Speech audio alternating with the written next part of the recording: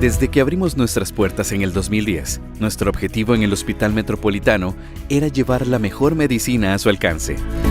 Es por esto que ampliamos nuestros servicios a lo largo de todos estos años, siempre con la idea de ayudarle a mejorar su calidad de vida. Hoy, 13 años después, seguimos con la misma convicción de llevar la mejor medicina al alcance de todos los costarricenses y visitantes. Después de mucho esfuerzo y con mucho orgullo, inauguramos la 8ª sede con la apertura del Centro Comercial El Encuentro, cubriendo la zona de San Carlos y siendo el primer hospital privado con gran variedad de servicios, especialidades médicas y equipos de última generación en la zona. No solo trabajamos en inaugurar nuevas sedes, también estamos invirtiendo en renovar y reinventar nuestras primeras sedes. Este año tendremos remodelaciones importantes en los 3 edificios de la sede de San José, en sus consultorios, servicios médicos, emergencias, hospitalización, servicios de hospital, torre de parqueos y área comercial. Como parte del crecimiento constante del Hospital Metropolitano, el pasado mes de marzo se dio la apertura del Centro Médico Metropolitano, ubicado en Plaza Vizcaya, y para el segundo semestre del 2023 se programa la apertura de Magna Médica, la cual ofrecerá atención lujosa y servicio premium para brindarle a los pacientes una recuperación sin igual. En el Hospital Metropolitano le damos una gran importancia a cada uno de nuestros pacientes de la manera más personalizada posible. Por eso desarrollamos programas como el programa Centro de Pérdida de Peso, el programa Síndrome de Down, el programa PrEP y el de Medicina Empresarial. Actualmente contamos con 8 sedes a su servicio, 4 centros de excelencia, convenios internacionales y además 4 programas de excelencia. Centro de Cáncer y Hematología, Centro de Salud Mental Herrera Amiguetti, Centro de Excelencia Cardiovascular y el Centro de Reumatología. Todo esto hace que nos consolidemos como la mejor opción de medicina privada del país, atendiendo con seguridad, calidad, accesibilidad e innovación.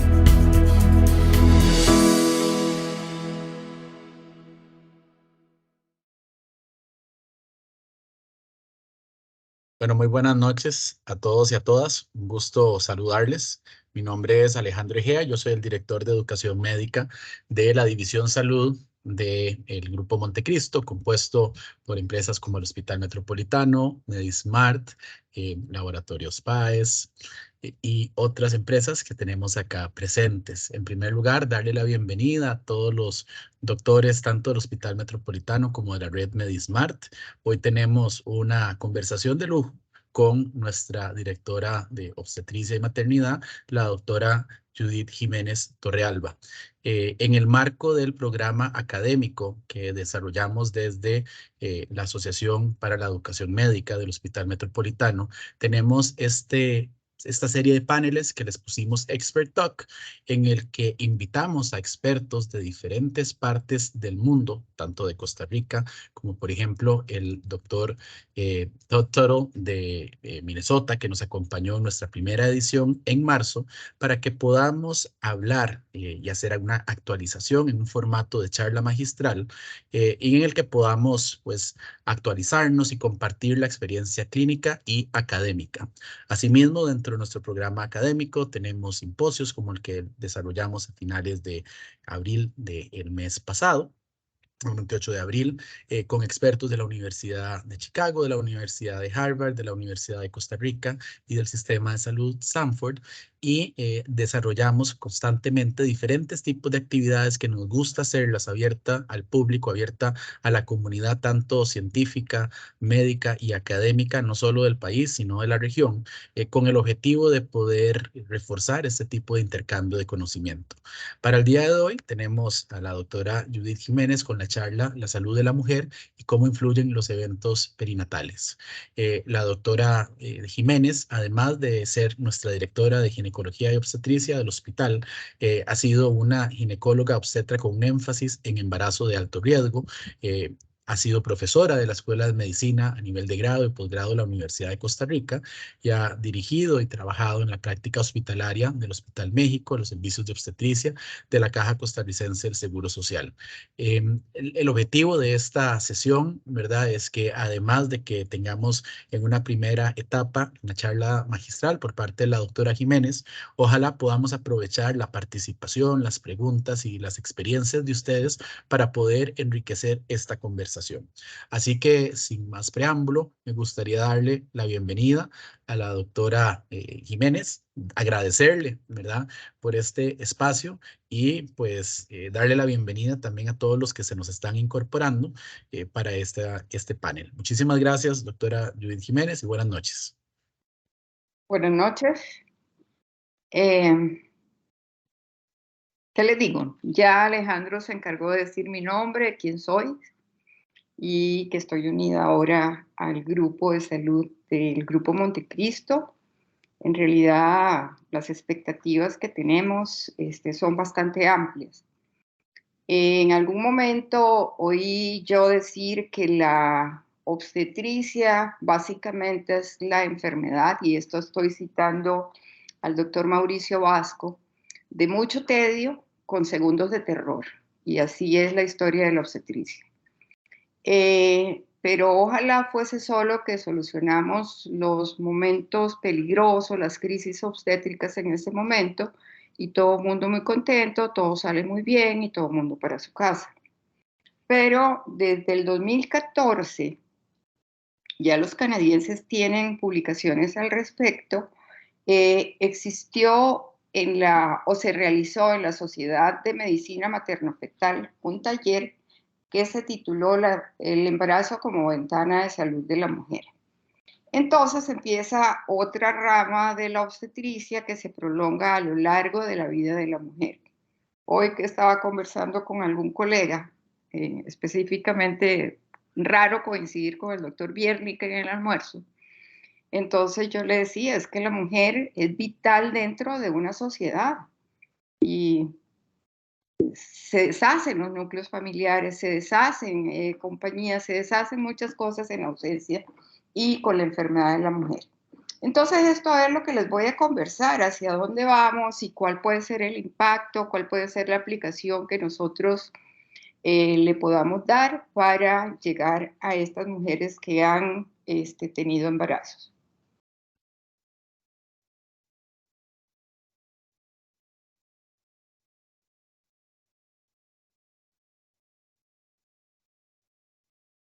Un segundo. Ya.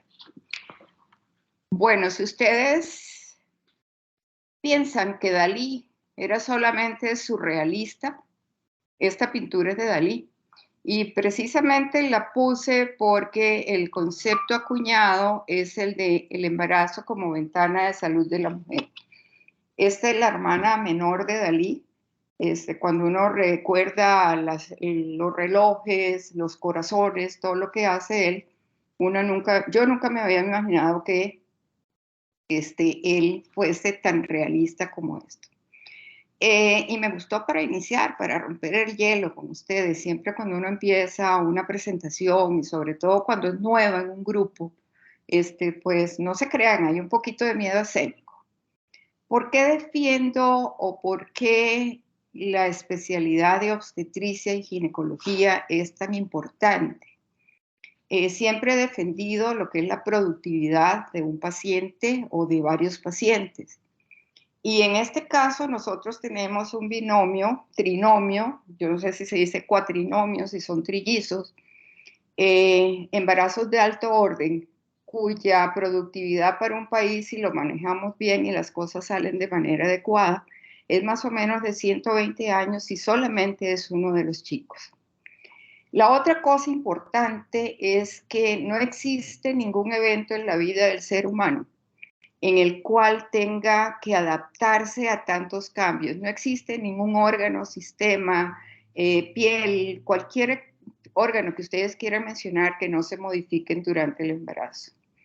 Inclusive los trastornos de sueño, los trastornos de orientación. Ahorita vamos a ir repasando las complicaciones y lo maravilloso que es el cuerpo humano cuando hay un embarazo. ¿Cuál sería el escenario ideal que nosotros quisiéramos? Probablemente nosotros quisiéramos que tuviésemos una consulta preconcepcional, que ese es otro concepto que empieza a calar un poquito dentro del desarrollo de la especialidad. Desafortunadamente, la gran mayoría de las pacientes nos van a llegar ya embarazadas y no hemos podido hacer medidas dilatorias para evitar complicaciones. En este aspecto, por ejemplo, uno se pone a pensar cuántas oportunidades tiene cualquier médico para ver una paciente antes de embarazarse. Según los expertos, esa pregunta de cuál es el plan reproductivo, ahora tenemos las adolescentes embarazadas, deberíamos empezar desde los 14 años hasta los 44 años a hacer la pregunta. ¿Usted piensa tener un hijo? ¿Cuándo lo piensa tener? Y empezar a interrogar. Entonces, ustedes se ponen a ver, todo esto es un continuo. No existe, no debería existir ninguna brecha entre ninguna de las fases de la vida de la mujer.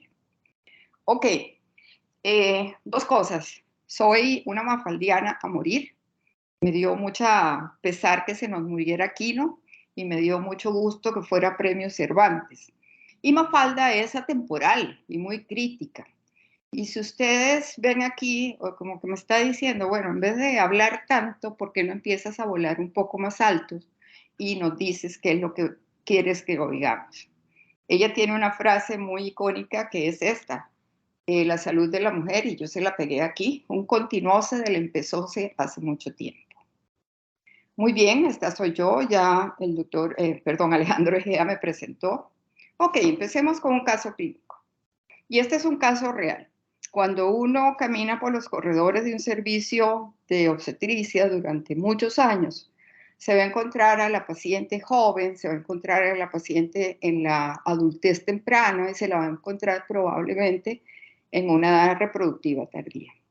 Esta paciente, el otro gran fenómeno que estamos viviendo desde el punto de vista del entorno es que las mujeres se están embarazando un poco más tarde. Un poco, ¿por qué? Porque hay otros planes y todos los problemas de infertilidad. Bueno, eso sería para un tópico diferente, la edad materna. Esta mujer con 40 años es una primigesta, tuvo su parto vaginal a las 38 y un séptimo. El embarazo se complicó con una preeclampsia que fue diagnosticada por la elevación de las presiones arteriales y la proteinuria durante su tercer trimestre. Razón por la cual sus médicos, esta paciente estuvo en el Hospital México hace muchos años, fue monitorizada y le programamos una inducción del parto. Tuvo su niño sano, su presión arterial se normalizó después del parto y continuó de esta manera en su consulta a la primera y sexta semana del posparto. Aquí quiero hacer un énfasis, yo no puedo sacarme del corazón ni del alma donde trabajé tanto tiempo, y casi que les puedo decir que somos el único servicio que tenía una consulta posparto, sobre todo para los pacientes con eventos adversos, sin tomar en cuenta que este iba a ser el rumbo que iba a tomar la obstetricia o el cuarto trimestre del embarazo. Y rápidamente, como estaba normotensa, ok, señora, continúe su control a nivel primario de atención. Un año después, en la cita anual, ella se siente muy bien, tiene presiones arteriales normales, pero ya tenía sobrepeso porque era una mujer que estaba antes de embarazarse a los 40 años con un índice de masa corporal. Llega a la consulta en un nivel primario de atención, y aquí yo hago mucho énfasis en el gran potencial que tenemos en los médicos generales. Durante el tiempo como profesora siempre les decía que ellos bien utilizados, sin que me lo tomen a mal la palabra utilizados, y con todos los recursos necesarios, ellos sacarían a la salud de Costa Rica de un atolladero que son las listas de espera. Bueno, esto no nos concierne o no le concierne al grupo. No le hacen exámenes de laboratorio, el médico la ve, le dice que se haga sus chequeos anuales, no le da ninguna otra explicación, o sea, no toma en consideración cuál era el pasado de la paciente. La señora ocupada, esta señora vivía en la Carpio, esta señora vendía papas fritas en la esquina donde eran las oficinas del AXA. La paciente no programa ningún seguimiento. Muy ocupada, tengo que ganarme la vida, soy una madre soltera. 4 años después, acude y se le aconseja de que haga ejercicio, tiene malos hábitos alimentarios, pero come lo que tiene. A los 48 años, ella acude al servicio de emergencias del hospital porque al correr para tomar un bus presenta dolor precordial. La señora inteligente, porque cualquiera dice, no, me duele porque estoy corriendo. Y entonces programa su cita en el EVAES. Y le diagnostica una obesidad, está hipertensa, está prediabética, está dislipidémica, tiene una prueba de esfuerzo y tiene una aterosclerosis significativa sin obstrucción. El gran interrogante es, sabemos que no le podemos cambiar el entorno a la paciente, pero entonces acerquémonos a ese entorno para poder modificar el futuro de estas mujeres. Ok, era tradicional decir que los estudiantes de medicina, los que eran muy, muy inteligentes, hacían medicina interna. Los que eran muy, muy hábiles eran cirujanos. Los que eran hábiles e inteligentes y tenían un rasgo de ternura hacían pediatría y del resto hacíamos obstetricia. ¿Por qué? Porque un parto lo atiende cualquiera. Pero si nosotros nos ponemos a ver todo lo que es, y esta lámina está hecha así ex profeso, que se vea complicada, que se vea que no es tan sencillo estar embarazada y los cambios fisiológicos. He tenido la oportunidad también durante todo este tiempo de estar en contacto, por ejemplo, con los médicos emergenciólogos. Y yo no me imagino que el médico emergenciólogo, si no supiera que el diafragma sube 4 centímetros, la daría muy bien poniéndole un sello de tórax a una embarazada. Entonces, para que ustedes vean que el ámbito del embarazo va a ocupar todas las especialidades. Aquí se los pongo más sencillito. Está el embarazo, los cambios hormonales, discúlpenos a las mujeres cuando estuvimos embarazadas, los cambios de humor, que son muy típicos. Por supuesto, el apetito caprichoso, los ligamentos son muy flojos, se nos caen las cosas, los cambios a nivel del pezón, la respiración es mucho más superficial, es más, estamos en un estado de alcalosis respiratoria, el volumen aumenta, orinamos más y ahí podríamos hacer toda una larga lista de los cambios fisiológicos del embarazo. Muy bien, pero aquí estamos adaptándonos y las cosas van bien. Un 20% de las pacientes embarazadas va a presentar algún fenómeno que modifique el resultado perinatal. Y esto es lo que los gringos, la literatura norteamericana llama como resultados adversos de un embarazo. Esta la traducción en libre y mía, y después les digo de las siglas que le puse.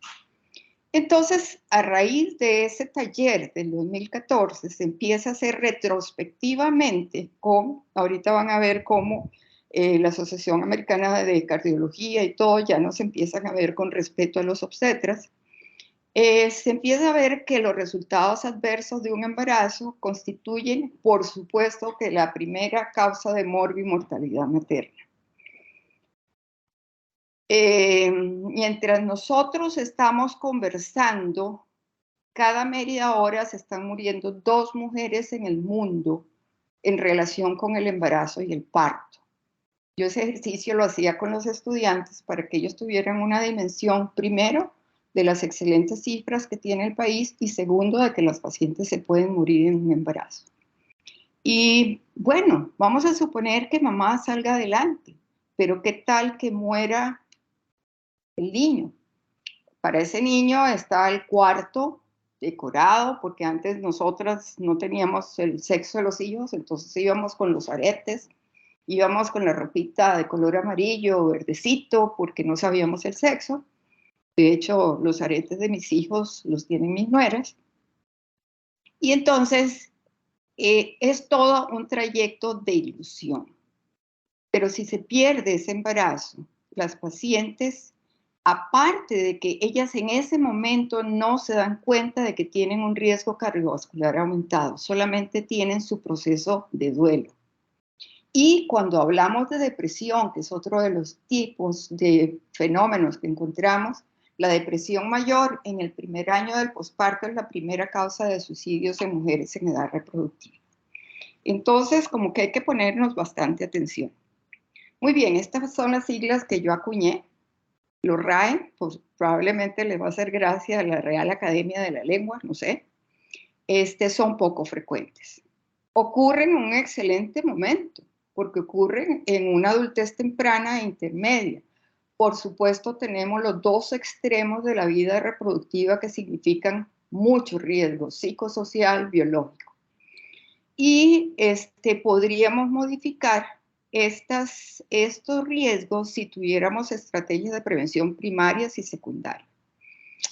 Ahorita vamos a ver cuáles son a las que les ponemos más atención, pero si por ahí está el doctor de Meservil, por ejemplo.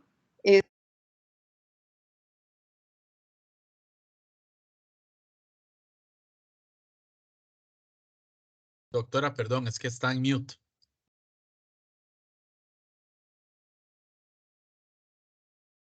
Creo que perdimos a la doctora Jiménez. Un segundito para que se reconecte.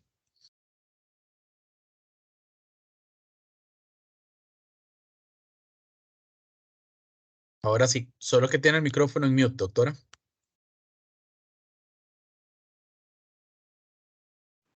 Ya. Listo. Era la presentación aquí. Ok, vamos por aquí. Fíjense esto, eso es mayo del 2018. En junio del 2016 fue cuando empecé a oír sobre optimizar el cuidado posparto y lo que se empieza a llamar el cuarto trimestre del embarazo, que se prolonga hasta el siguiente embarazo y se prolonga hasta el siguiente embarazo. Entonces es un continuo, no deberíamos descuidarnos. Aquí se reúne el grupo de trabajo para estandarizar o poder hacer una normativa y dirigirla a todos los colegas, por lo menos del Colegio Americano de Obstetricia y Ginecología. Les conté que Canadá ya iba adelante con su clínica de control posparto y empiezan a establecer algunos lineamientos.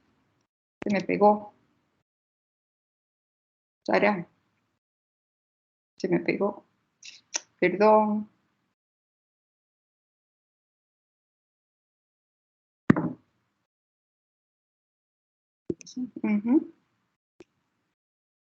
Se me pegó. Vale. No estoy oyendo. Mira aquí. Ahí está compartiendo. Estoy aquí. Perdón.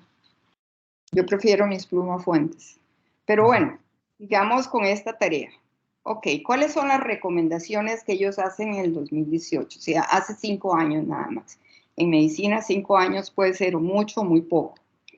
Debe ser diseñado como un traje a la medida. Y en esto recuerdo también mi alianza con los especialistas en endocrinología, que siempre decían, bueno, es que el manejo de la diabética embarazada es como un traje a la medida. Y es cierto, porque cada una va a tener requerimientos especiales. Y esta paciente también deberíamos tener un manejo prospectivo desde el embarazo de cuál va a ser su control posparto, sobre todo si tiene algún evento adverso. Hay que discutir los planes reproductivos de las pacientes. En este país, por ejemplo, el asma es una enfermedad muy frecuente. Las epilépticas, generalmente la población femenina en epilepsia es bastante grande. En conversaciones con los neurólogos los métodos de planificación que les ofrecemos no son los adecuados. Entonces, si nos tomáramos un tiempito antes de que se embarazaran, probablemente podríamos cuidar. ¿Qué otras cosas? Medicamentos. También tuve la oportunidad de crear junto con los colegas reumatólogos la clínica de enfermedades colágeno-vasculares y embarazo.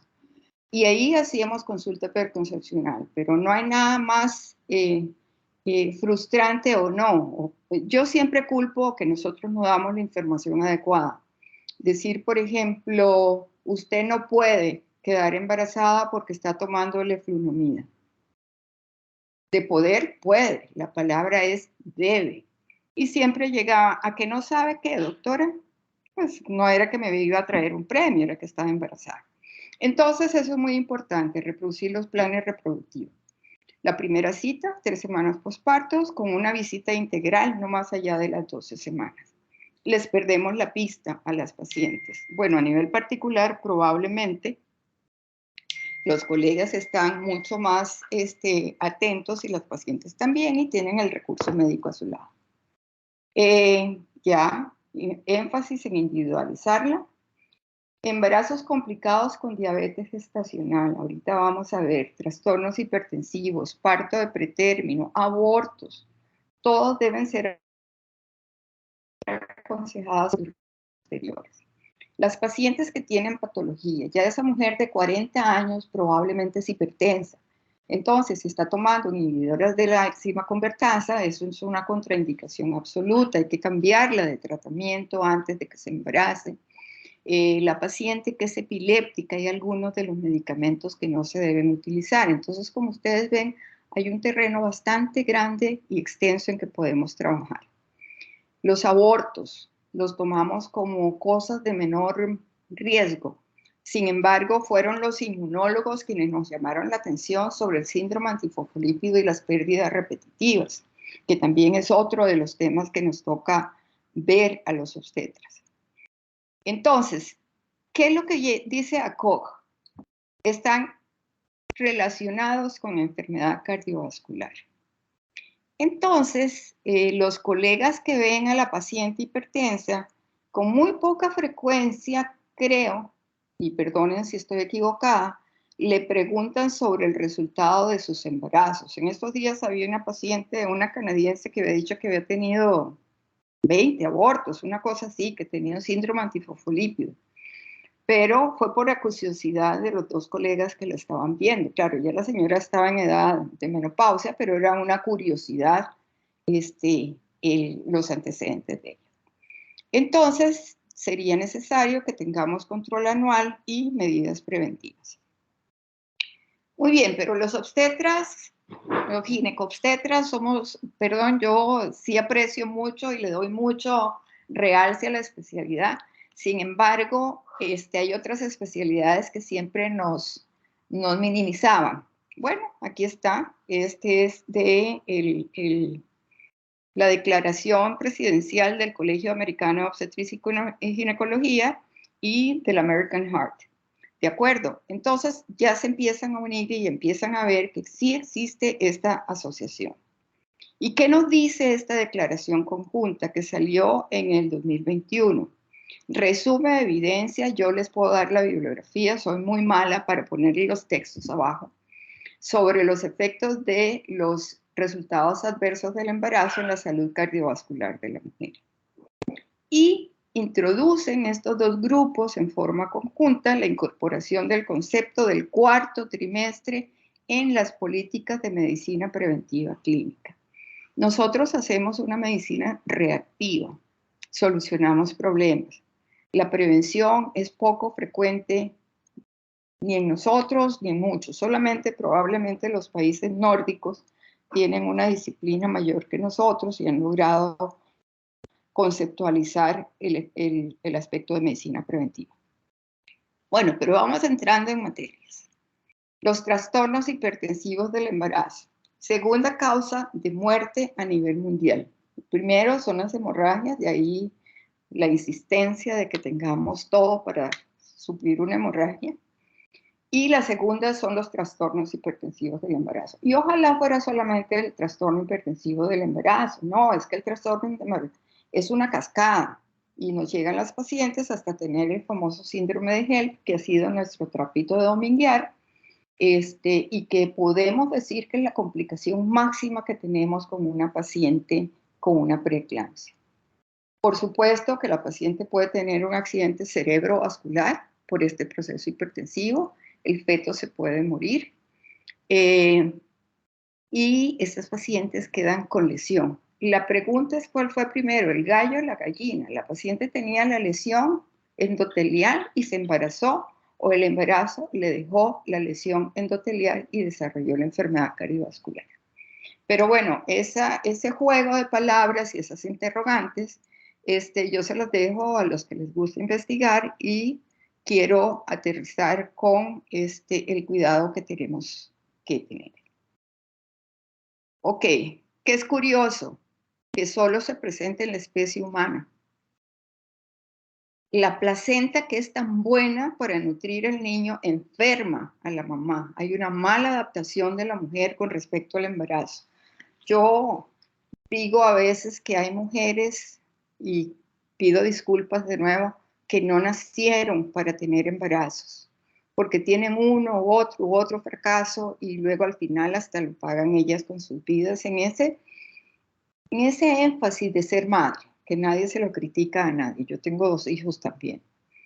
La enfermedad de las teorías, nadie ha podido dar con qué.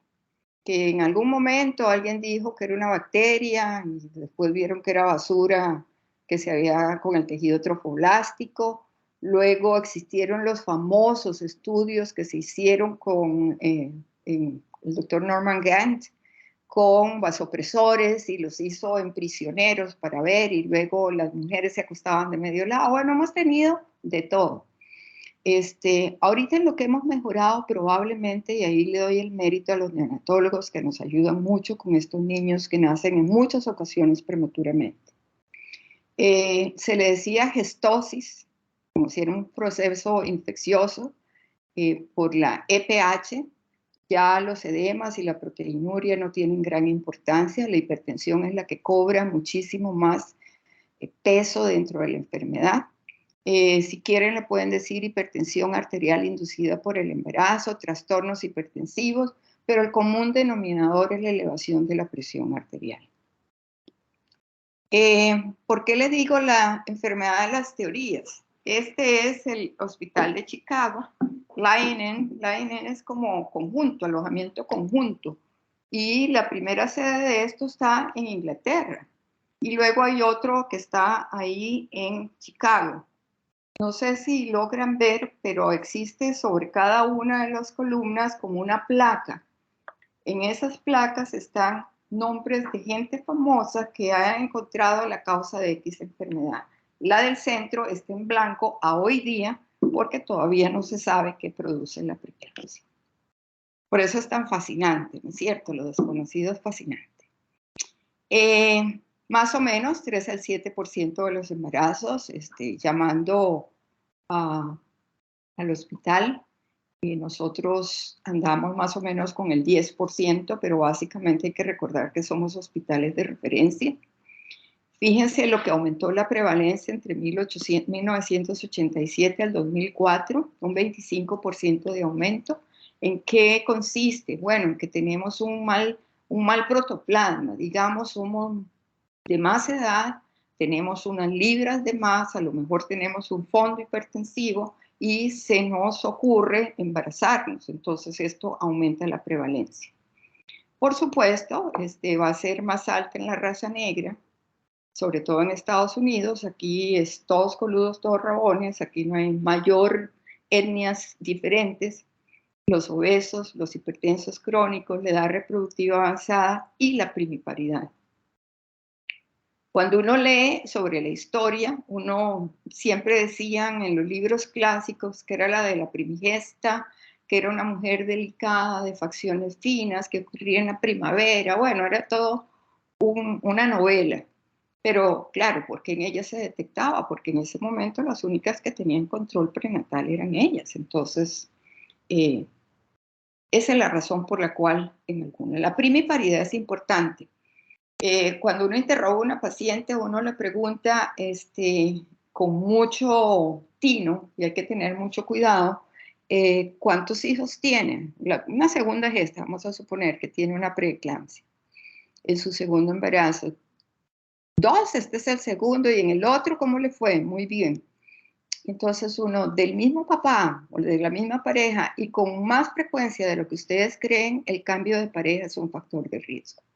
Y si la planificación es con preservativo, aumenta el factor de riesgo. Yo siempre decía, era como antígeno anticuerpo. Y en centro estaba la pobre criatura y la mamá. Escalas de riesgo.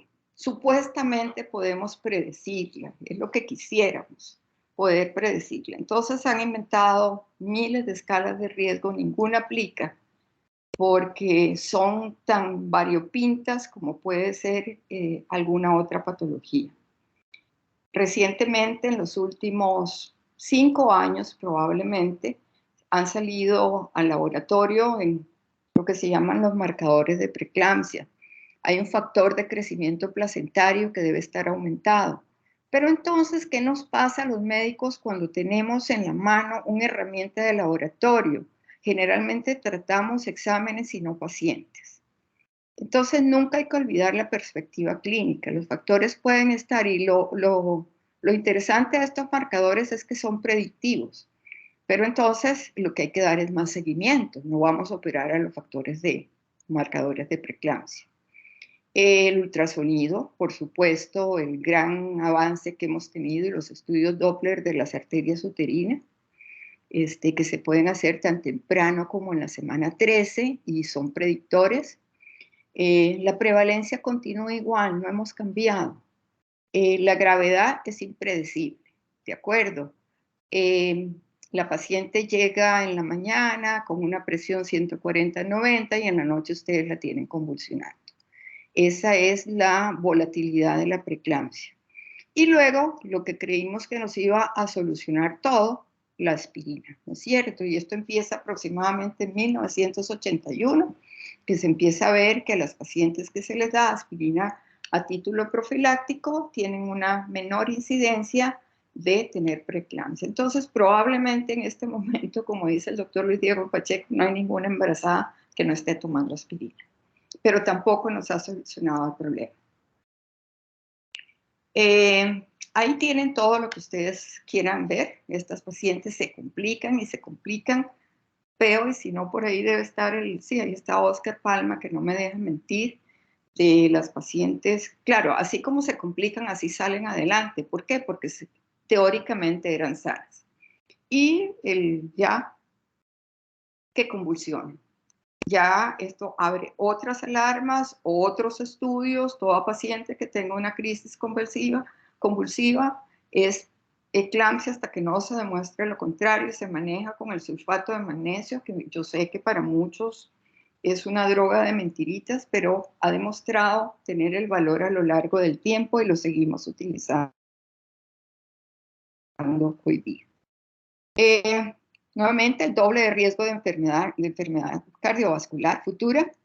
Entonces, hay que regresarse. Les decimos, por ejemplo, a los cardiólogos, pregúntenle a la paciente si tuvo un evento adverso. Se le subió la presión en el embarazo, señora, y también hay que si la genética, que si es familiar, o sea, hay mucha cosa en el caldo de la preeclampsia que todavía no podemos dilucidar. Pero lo que sí estamos claros es que estas pacientes no se recuperan todo. Entonces, esto era lo que yo les decía, es la preeclampsia asociada a la enfermedad cardiovascular.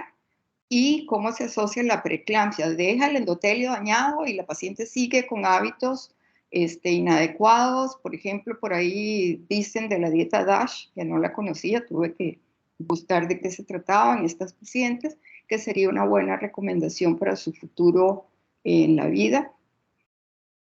Entonces, ¿qué es lo que hace la preeclampsia? Desenmascara esto. Esa es la belleza del embarazo, es que es la época en que la mujer acude más a un control. Entonces, podemos nosotros hacer esa línea, esa trayectoria en la vida de la mujer. Hay varios estudios. Este me llamó la atención. Básicamente es hecho en Canadá. Bueno, son 40 estudios y el metaanálisis lo hacen los canadienses. El riesgo aumentado de enfermedad coronaria, ya no solamente, y accidentes cerebrovasculares en las pacientes que tuvieron eventos adversos. La Asociación Americana de Corazón, ya en sus lineamientos del 2021, incluye dentro de los factores de riesgo a la preeclampsia como un factor importante. Es más severa si es temprano, si es tarde. En realidad, ahora que tanto se habla de la interrupción del embarazo, lo que pasa es que se le pone otro nombre, pero nosotros interrumpimos embarazos en beneficio de ambos, ojalá. Pero tenemos mamás muy enfermas a las 22 semanas con una preeclampsia severa, con un hígado graso del embarazo versus un síndrome de HELLP, cuya único tratamiento, y esa es la otra cosa importante, no existe otro tratamiento definitivo más que el parto. Lo demás son medidas paliatorias para prolongar el embarazo y evitar la prematuridad extrema. ¿Qué le digo yo a una paciente que tiene una preeclampsia y llega a esta supuesta consulta que podríamos hacer? Ella me va a preguntar, me va a repetir. Mientras más temprano haya sido el cuadro y más severo, más riesgo de recurrencia. Y aunque la gente diga que 15-20% es poco, a mí me parece, bueno, no es que a mí me parece, luce como que es un número alto y hay que considerar qué hacer con la paciente. ¿Cuán grave es el cuadro? Dentro de lo que es el síndrome antifosfolípido, no sé si nos acompaña el doctor Bonilla, reumatólogo. Toda preeclampsia grave antes de las 34 semanas se estudia por síndrome antifosfolípido. Y hemos encontrado la correlación y el manejo de estas pacientes en embarazos futuros es mayor, incluyendo la tromboprofilaxis que a veces no aplicamos con la rigurosidad que deberíamos. Entonces, ahí vean ustedes cómo nos van saliendo cositas que vamos encontrando en el embarazo. Bueno, esto es repetitivo. La parte final, este estudio, en 4 décadas después del parto, había 146 mujeres más con hipertensión en el grupo. O sea, las mujeres que tuvieron hipertensión y las mujeres que no tuvieron, en el grupo de las que tuvieron hipertensión del embarazo, habían 146 pacientes más hipertensas. Y otra llamadita de atención, en el control prenatal. Cuando uno revisa las tarjetas de control prenatal, que tenemos un excelente documento, uno a veces se da cuenta de cómo sabemos que fisiológicamente la embarazada va a bajar sus presiones arteriales. Y vemos desde el principio cómo esa paciente se mantiene con presiones arteriales normales, pero no hace los descensos fisiológicos. Ojo, porque esa es una señal. Se modiluyen las anemias fisiológicas del embarazo. Ellas se hemoconcentran. Entonces uno las ve. Hay pequeños trucos que ya, como dice uno, el tiempo lo enseña a uno. En el momento que le voy a hacer el diagnóstico de diabetes gestacional, le hago un hemograma de nuevo. Esté hemoconcentrado, póngale atención a esa paciente. ¿De acuerdo? No han habido estudios de esto, pero la fisiología no nos deja mentir. Aquí están, sean tamizadas. Ahora, ¿qué hacemos con estas pacientes? ¿Qué nos dicen los dueños del corazón? Que sean tamizados cada 2 años, iniciando la vigilancia a los 6 meses posparto. Signo de interrogación, todavía no está claro. Pero bueno, es una llamada de atención. En el resto de la población se recomienda el tamizaje para la hipertensión y ahí hay la enfermedad silenciosa, iniciando a los 20 años si la presión arterial está por arriba de 120/80. Que nosotros decimos, bueno, están 120/80, pero no. Cada año, ¿qué dice ACOG? Ninguno de los grupos se ha puesto de acuerdo sobre cuál es el intervalo. Entonces, yo creo que el santo grial de todo esto va a estar en cuanto se establezca, los canadienses establezcan muy claramente, y hablo de ellos porque van adelante de nosotros o de todo el resto, cuáles son los periodos necesarios para vigilar a estas pacientes. Aquí está nuevamente, este es un lindo, como dice, una revisión narrativa. Y aquí les pongo este cuadrito, enfermedad y salud. Enfermedad, embarazo de curso normal, o sea, yo tengo 30 años, tengo peso adecuado, hago ejercicio, sin embargo, mi mamá fue diabética e hipertensa, me embarazo, lo cual habla de que es la mayor prueba de estrés que puede tener el cuerpo. Cuando termina el parto, teóricamente regreso a mi estado basal, pero luego voy acumulando factores porque me empecé a engordar, porque esto o lo otro. Entonces, esto es el curso de la vida, de la progresión del problema del embarazo. Eso es un embarazo no complicado. Vamos a suponer que la paciente tuvo una preeclampsia severa a las 34 semanas, convulsionó. Vean ustedes la diferencia en la línea de vida de esta mujer. Ella, la paciente que mencionamos al principio, teóricamente nosotros la dimos de alta, pero con los nuevos lineamientos esa paciente debería ser sido seguida. ¿Y qué es lo que tenemos nosotros como objetivo? Prevenir los eventos adversos. Entonces, estos cuadros a mí me gustan porque los colores llaman la atención, el rojo, el verde y el gris, y ustedes ven cómo la línea de enfermedad en las pacientes que tienen resultados adversos se eleva en relación con el límite entre salud y enfermedad. Diabetes. Recuerdo con claridad cuando nos decían que nosotros éramos médicos en busca de una enfermedad, que esto era puro cuento de los obstetras para darnos brillo. En este momento ustedes meten en cualquier buscador diabetes en el embarazo y la avalancha de estudios es enorme. Es la complicación médica más frecuente en el embarazo, muy fácil de diagnosticar durante el embarazo. Debe ser universal, no es porque yo sea flaca, porque tenga menos de 21 años, porque no, todas las pacientes deben ser tamizadas. Lo que va a cambiar es el momento. Si yo soy una gordita de 40 años, me van a tamizar en la primera cita de control prenatal. Si yo tengo las otras carillas, la semana 24-28. Y lo más importante, revalorarlas a las 6 u 8 semanas después del parto, porque hay un porcentaje de ellas que van a quedar enfermas. Ok, ¿cuáles son los factores? Historia de diabetes. Doctora, a mí se me subió el azúcar en el embarazo pasado. Mi mamá es diabética y gordita. Se me pasó el tiempo y tengo 42 años y este es mi primer embarazo. Mi hermana se le murió un chico muy grande, grandote, dicen las pacientes. Yo he ganado peso y les pongo aquí la glucosuria porque esto es un dato histórico. Cuando no existían los grandes estudios, hacíamos diagnóstico con glucosuria cuando sabemos que la glucosuria es un evento fisiológico del embarazo. Entonces, para decirlo en términos muy coloquiales, éramos unos bateadores. Hasta que empiezan a aparecer todas las otras pruebas que nos hacen hacer el diagnóstico. Y aquí les pongo abajito varios nombres. La doctora Priscilla White, cuando ustedes estudiaron medicina, es muy probable que la oyeran mencionar. Ella hace la primera clasificación prospectiva de embarazo y uno le encantaba martirizar a un estudiante porque dígame cuál es la clase FR, cuando ya no se usa, más histórica.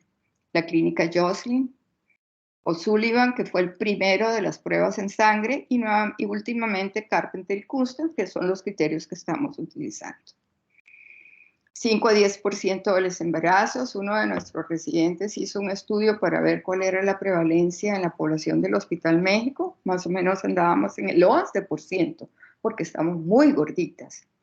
Y diagnosticadas por el obstetra. No le quitamos el mérito al endocrinólogo, pero es nuestra labor empezar a manejar a estas pacientes en una forma cómoda.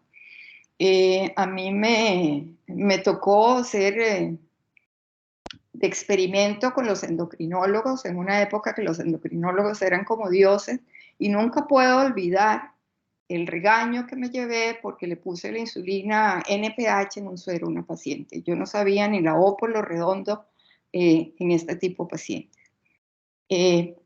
Raza negra, hispanas, poblaciones asiáticas y áreas del Pacífico. Luego ahí tienen el aumento del riesgo cardiovascular, 1.5 veces, accidente cerebrovascular, 1.3 veces, y lo que es más importante, cuántas van a desarrollar diabetes. Bueno, aquí está la gestacional y esto se produce por las hormonas antiinsulina. Clásicamente se nos dijo del lactógeno placentario, pero hay muchos otros combustibles. Y vean ustedes, lo que hay es una resistencia a la insulina, ese tipo 2, tienen como un trasfondo común. Y más del 20% van a desarrollar diabetes en los siguientes 5 años del parto, independientemente de si las trataron con dieta y ejercicio o si las trataron con medicamentos, que ese es otro de los grandes vuelcos que dio. Los hipoglicemiantes orales eran un no rotundo en las embarazadas. Todo eso ha cambiado y tenemos mucho mejor manejo de estas pacientes. Vean ustedes las cifras, el 20% van a ser diabéticas tipo 2 a los 10 años, el 30% es lineal. Entonces, si yo veo una chica obesa que tenga 20 años que hace una diabetes gestacional, puedo predecir que dentro de 10 años tiene un 20% de probabilidad de ser diabética. Y así se los dice uno a las pacientes. Uno tiene que tener un lenguaje franco, uno tiene que tener un lenguaje asertivo con las pacientes sin asustarlas. Cuando hacíamos el tamizaje de 2 pasos, que dábamos primero uno, dábamos 50 gramos y veíamos el resultado, las pacientes llegaban siempre muy asustadas. Doctora, estoy diabética. Le digo, no, pero está nominada al Oscar, nos falta la otra prueba para ver. Y entonces ellas aprendían a... Aquí hago también énfasis en que la hemoglobina glicosilada también se estaba utilizando, pero seguimos con la curva de 75 gramos con 2 horas con los valores para embarazada. Va en aumento. El porcentaje de pacientes se ha incrementado, fíjense ustedes ahí, en los países de renta alta media, porque comemos muy mal. Nosotros vamos, por ejemplo, al mall, que es lo que hacen nuestros jóvenes ahora, y vemos las porciones de comida y lo que comen. Bueno, y en el 2019, hace 4 años, la hiperglicemia fue diagnosticada en el 16% de todos los embarazos a nivel mundial. Vean ustedes la carga económica que eso va a hacer para la salud de un país cualquiera. Y el 84% corresponden a diabetes gestacional. ¿En manos de quién está eso, hacer el diagnóstico? De los obstetras, de los médicos generales, cualquiera que dé consulta prenatal. Y luego apareció ahí el estudio JAPO, que fue muy interesante, que lo que es lo que significan las siglas es los resultados perinatales asociados a la hiperglicemia. Y ahí cambiaron los criterios más estrictos.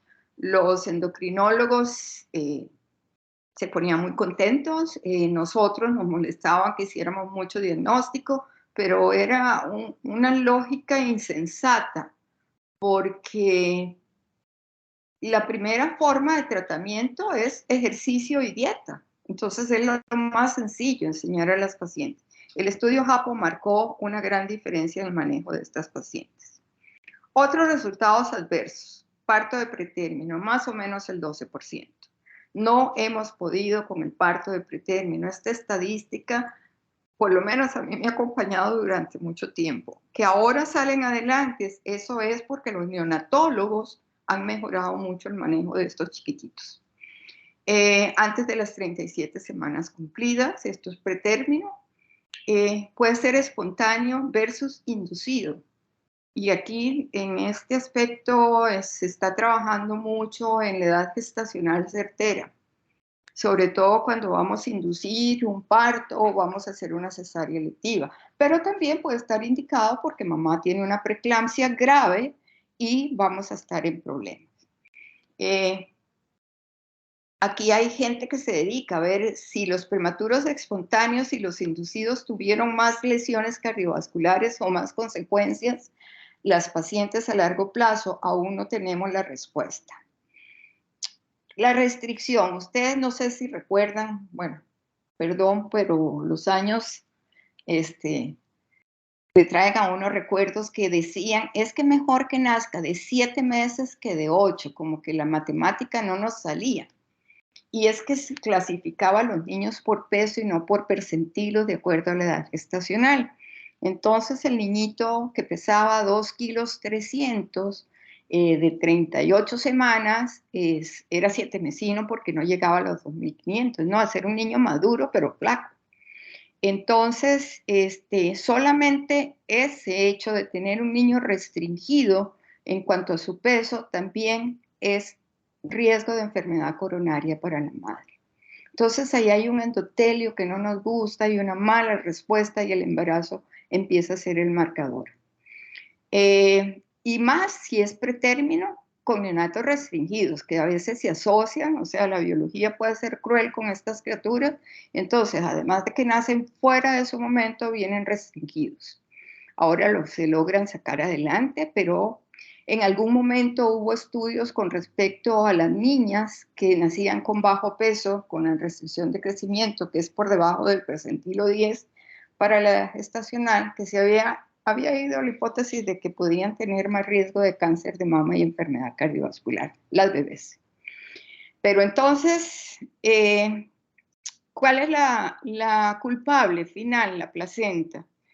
También es una tradición que al profesor más joven de la cátedra o del curso le toca todo lo que es fisiología placentaria, hormonas placentarias, que es pesado.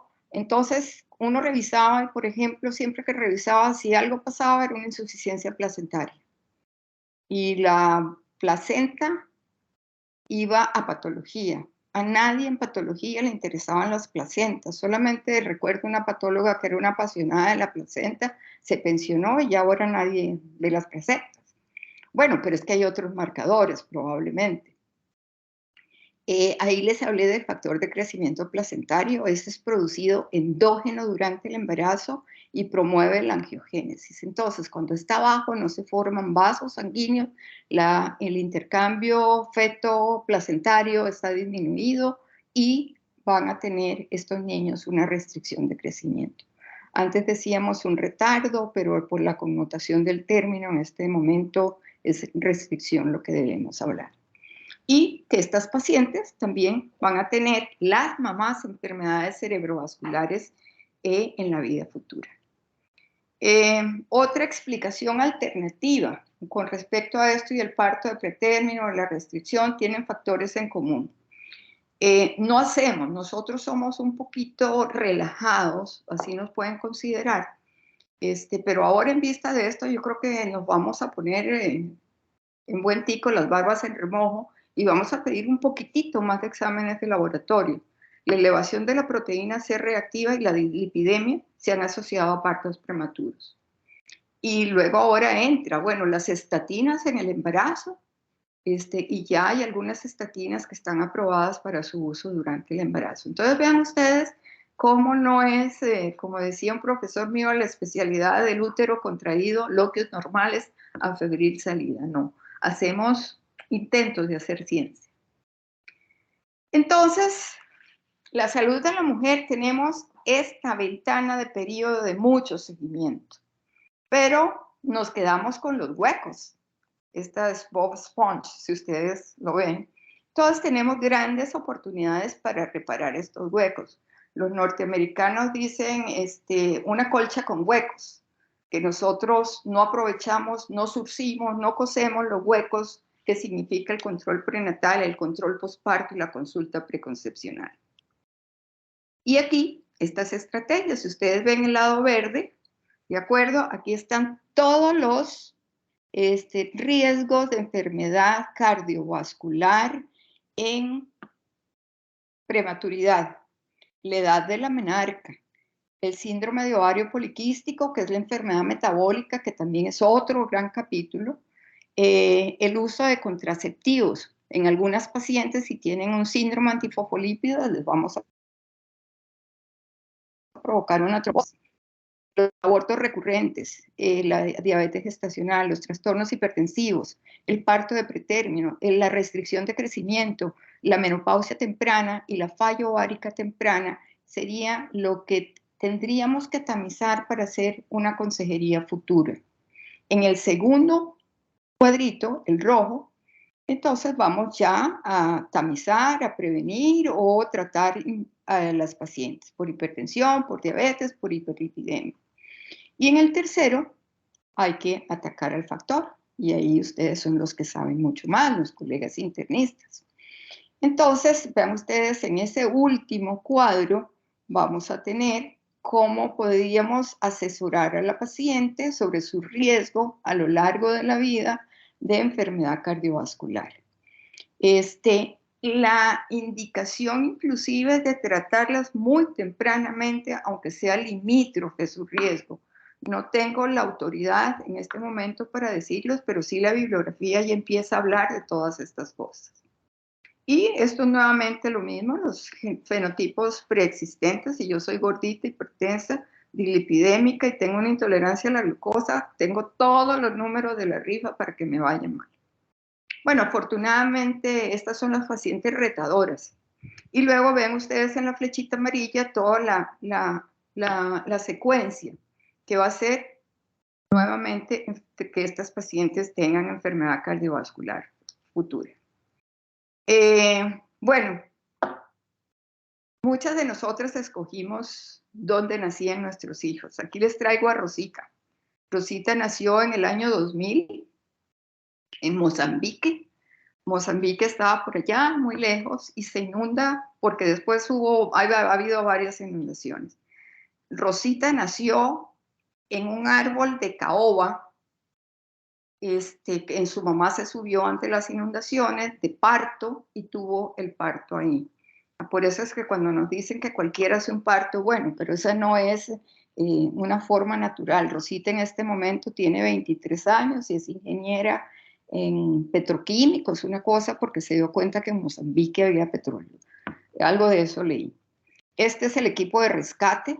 Ahí está, doctor Saldarriaga, su helicóptero y sus cosas. Quisiera verlo en estas.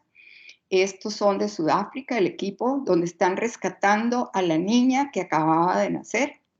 Y aquí está la mamá en alojamiento conjunto, ¿de acuerdo? Salió de la pobreza porque le dieron casa, le dieron trabajo limpiando en unas compañías y Rosita pudo ir a la universidad. Entonces, de una gran tragedia, esta familia se... Bueno, hoy me preguntaba alguien, bueno, ¿cómo ve usted esto? Y buscando las ofertas o los que tiene el hospital o el grupo, me encontré esta, pero bueno, si ya tienen un chequeo full de hipertensión y es básicamente prevención y en realidad no es caro. Ahora, yo sé, estoy muy clara que no todo mundo tiene la facilidad para hacer esto, pero podríamos empezar, por ejemplo, con educación. Tiene medicina de empresa, de acuerdo, hay que darle la vuelta para ver el impacto y si en realidad logramos mejorar a futuro. Esto le va a quitar dolores de cabeza al doctor Obón, le va a quitar al doctor Lostalo, se los va a quitar al doctor Palma, probablemente al doctor Viernik, al doctor Bonilla, si nosotros empezamos a trabajar antes. Otra de las cosas que me fascina es la poesía, y este es mi poema favorito. Me gusta la gente que vibra, que no hay que decirle que haga las cosas. Yo creo que yo lo pegaría en muchas partes, sino que sabe lo que hay que hacer y que lo hace. La gente que cultiva sus sueños hasta que esos sueños se apoderan de su propia realidad. Me gusta la gente con capacidad para asumir las consecuencias de sus decisiones. La enfermera obstétrica que me enseñó a hacer partos, doña Griselda Ugaldi, que tiene 80 años en este momento, pero todavía anda traveseando por maternidades en Marruecos, siempre me decía, doctorcita, hay que tomar una decisión, bien o mal tomada, pero hay que tomarla. Y así es la obstetricia. Me gusta la gente capaz de criticarme constructivamente y de frente, pero sin lastimarme ni mí. Esto es de Mario Benedetti, para mi gusto, un premio Nobel que no se lo dieron. Muchas gracias.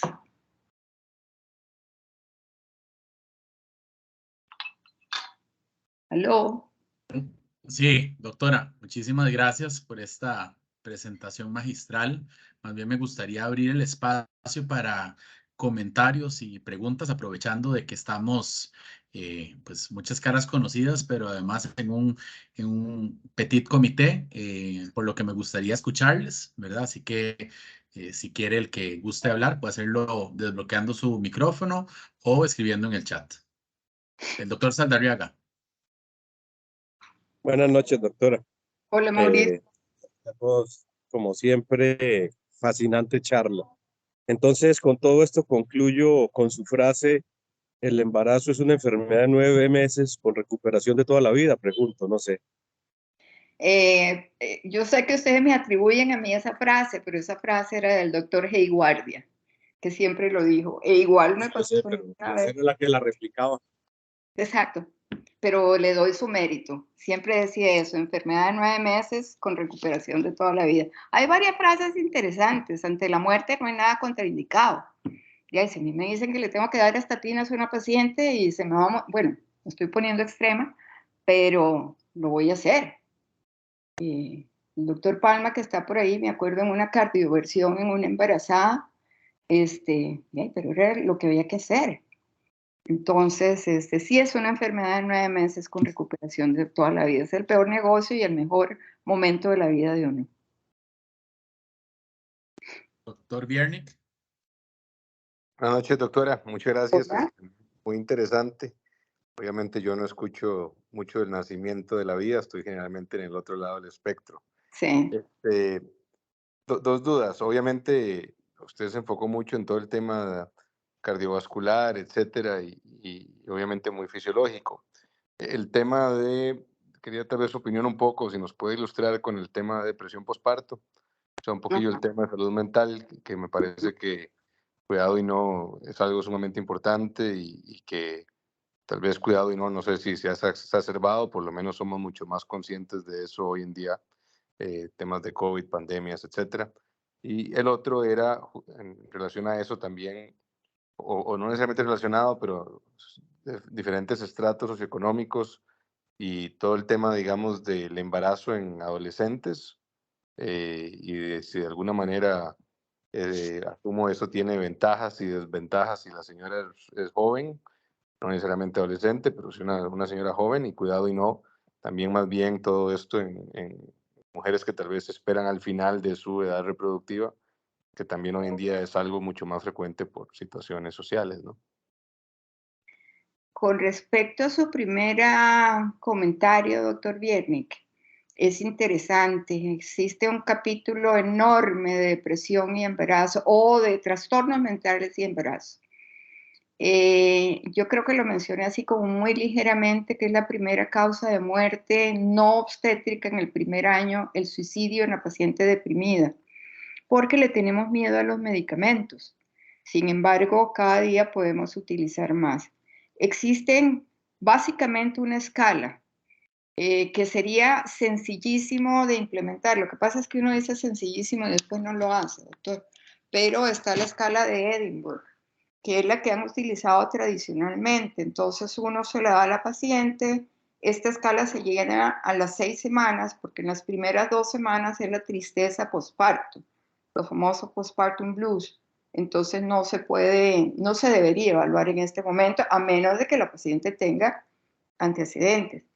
Y uno, con una puntuación, puede recetar algunos antidepresivos para evitar esto. Eso con respecto a los trastornos, básicamente la depresión. Últimamente no he revisado qué ha pasado después de la pandemia, pero todo el mundo, bueno, todavía tenemos al dicho aquí, pero sí es lógico esperar de que se estén tomando mucho más ansiolíticos, muchos más antidepresivos o estabilizadores del ánimo, pues si los queremos poner. Entonces sí existe todo un capítulo de depresión. La recomendación es no suspender medicamentos, que es una de las cosas que les tenemos mucho miedo. Y el otro comentario, doctor Viernik, se me fue el santo al cielo, como le digo yo. El tema de embarazo en adolescentes. Ok, ese es un problema. Bueno, ¿Para qué vamos a hablar de Keidril, que estaba en las noticias? Le voy a decir que sí se ha hecho mucho. Hay clínicas de embarazo en adolescentes. El 2019 empezamos, si mal no me acuerdo, con poner el Implanon, el implante subcutáneo, el chip, como le dicen las chiquillas. Y con eso se logró disminuir en un 20% el embarazo en adolescentes en poblaciones de riesgo. Bueno, ya ser adolescentes de riesgo porque no tienen la capacidad. Y sí merecen una atención diferente. Aquí en Costa Rica hay 2 colegas que han trabajado muchísimo con adolescentes, son muy buenas y esto se puede replicar en cualquier parte. Necesita su prematuridad, tienen más anemia, no han completado la escuela, el colegio, perdón. Entonces sí se enfrentan a riesgos biopsicosociales muy, muy altos. La prematuridad en estas chicas es mayor del 12% que estábamos hablando espontánea en el resto de la población. Pero sí se ha hecho algo. En estos días había unas jornadas de infanto-juvenil. Hay un grupo grande trabajando en eso. No Muchas sé si gracias. le Sí, señora. contesto. Creo que la doctora Durman compartió un artículo. Ajá. Sí. Perdón que no prendo la luz porque estoy aquí con la bebé, pero justo se lo iba a mandar hoy, doctora, porque quieren, no sé si es que porque estoy casada con Andrés y pensamos en lo mismo, pero justamente hablaba de la salud mental en el posparto, y mucho, digamos, de lo que es la psicosis por parto, ¿verdad? Y hay mucho, digamos, de la ignorancia de parte de la población en general, de entidades tan frecuentes que a veces suceden, que creo que, bueno, incluso yo, digamos, ahorita experimentando un poco el posparto por tercera vez, claro, o sea, creo que en retrospectiva incluso existe muchísimo estigma o, qué sé yo, expectativa, digamos, de lo que una mujer debe sentir, ¿verdad?, en un posparto. Y honestamente, es una presión que se genera, digamos, socialmente en muchísimos aspectos, desde, ¿verdad?, desde cómo va a ser el parto, que se va a hacer cesárea, que se va a hacer parto vaginal, que se va a dar lactancia materna, que si no va a dar lactancia materna, ¿verdad?, que las licencias de maternidad, que digamos aquí, bueno, contamos con la bendición de que son 3 meses, pero digamos en otros lugares ni siquiera, ¿verdad?, son a veces semanas. Entonces, creo que eso es fundamental y parte, digamos, del mensaje que usted inicialmente pues dio de lo que es la importancia, ¿verdad?, de no dejar a estas mamás desamparadas en esos primeros meses, porque sin duda alguna creo que hay muchísimos cambios, y creo que principalmente incluso cuando uno es la primera vez, pero justamente, digamos, ese control postparto que siga siendo integral y que no dejemos, ¿verdad?, que dicen las mamás ahí un poquillo sufriendo, ¿verdad?, o pasando. Se me perdió, doctora. ¿Me oyen? Ahorita Sí. Sí, o sea, que creo que es fundamental ese acompañamiento que usted habla, digamos, del posparto, porque sí es un gran cambio, ¿verdad? Y no es fácil, y creo que también eso al final del día es importantísimo para poder, pues, hablar de un embarazo y un posparto positivo, ¿verdad? En el ámbito de familia. usted toca ahí un tema bien interesante, doctora. Dentro de las estrategias de prevención de riesgo cardiovascular es la lactancia. ¿De acuerdo? Esa es una estrategia protectora. Afortunadamente ya pasamos de la época de las leches, ahora la lactancia materna es un tema que se aborda con valentía, que se estimula, y eso tiene factores de protección cardiovascular. Y lo que usted habla de los cambios anímicos, doctora, yo cuando tenía a mis hijos, yo decía la hora tatá, que es como entre las 5 de la tarde y las 7 de la noche, que uno ya no haya que hacer con los huilas. Así que el doctor Vierni tiene que poner muy atención al mensaje. ¿Alguna otra comentario? Yo comentaba que sería Hacer un El doctor Palma tiene una observación, perdón, doctor. pequeño plan. Perdón, Oscar. Bueno, excelente charla, Judith. Muy ilustrativa. Una pregunta. ¿Con qué frecuencia se deben ver las pacientes embarazadas en la consulta? Eso es interesante. Existen las normas, ¿no es cierto? Que hablan de un primer trimestre. Es más, hay algunos grupos que lo hacen al revés. Te voy a decir lo que se hace acá. Cada mes hasta el 7º mes, cada 15 días hasta el 8º mes y cada semana hasta el parto. Eso es. Ahora, si uno se pone a ver que puede hacer un plan prospectivo, porque es del control del embarazo, hay momentos claves. O sea, si le quieres ver las manos y contarle los dedos al chiquito todos los meses, perfecto. Pero entre la semana 11 y 14 hay que hacer el ultrasonido para detección de cromosomopatías. En la semana 24, 22, morfología, y ahí caemos en el diagnóstico de diabetes gestacional. Y ya la paciente, como les decía yo a los estudiantes, aquí en Costa Rica todos los taxis son rojos. Si uno ve un taxi amarillo, ese taxi es totalmente diferente y necesita un mantenimiento diferente. Entonces, ese juego de palabras nos dice, ok, la diabética gestacional. Y Oscar, es interesante porque aquí todo el mundo tiene un teléfono. Y uno llegaba y le decía, ¿y el glucómetro? Es que, no. Si usted tiene un teléfono, usted puede comprar un glucómetro. En PriceMart valen 30,000 pesos. Lo que son caras son las cintas. Pero entonces hágase las glicemias no tan estrictas como 4 veces al día, pero sí. Entonces, la frecuencia va a depender de, estoy muy bien, es el esquema que te dije previo, o tengo algún problema, puede ser semanal, tengo una restricción de crecimiento, los bebés se les pesa, como digo yo, por ultrasonido cada 2 semanas y se les hace el Doppler cada semana. Entonces, el control prenatal, y esto también es del doctor Hay, es como un traje hecho a la medida, es de diseñador. Uno tiene que diseñar el control prenatal de su paciente.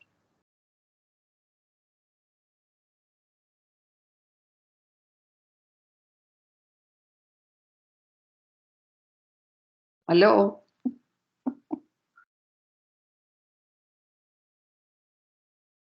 Hola.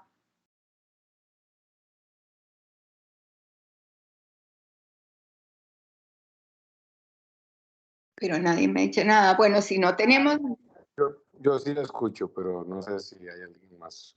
Ok, si no tenemos ninguna otra comentario, eso, estoy a la orden. Bueno, tal Cuando vez quieran para conversar hacer sí, alguna última pregunta o comentario, sino como para yo ir haciendo el cierre.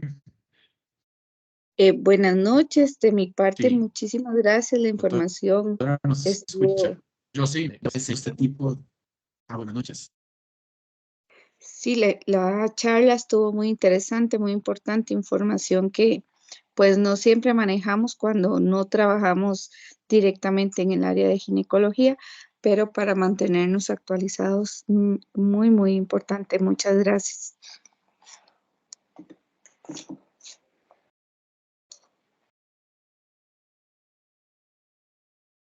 Muchas gracias. Y bueno,